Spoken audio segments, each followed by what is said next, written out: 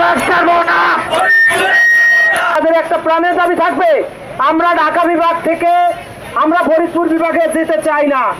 আমাদের এই বিষয়টা আপনারা আমলে নিয়ে আমাদের তো সামনে আর এরকম কোন আন্দোলন বা বিক্ষোভ মিছিল করতে না হয়।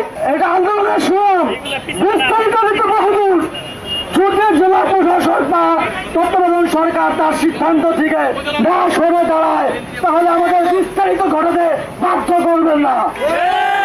তারপরে দক্ষিণবঙ্গের মস্তপুর এমন একটা পয়েন্ট, এই পয়েন্ট 10 বার করতে হয়, তাহলে দক্ষিণবঙ্গে পুরো অচল হয়ে যাবে।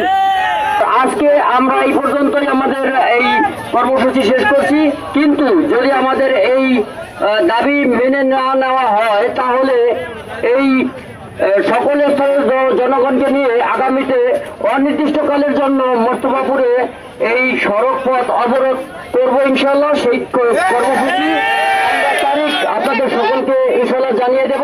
এক্সট্রিম মশার কয়েল প্ল্যান্ট ফাইবার দিয়ে তৈরি, ডেঙ্গু চিকুনগুনিয়া বাহি সহ যে কোনো মশার বিরুদ্ধে দেয় এক্সট্রিম সুরক্ষা।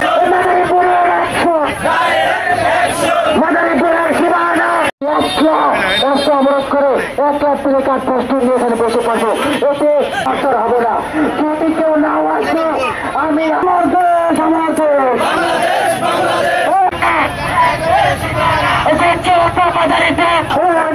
ছাড়বো না।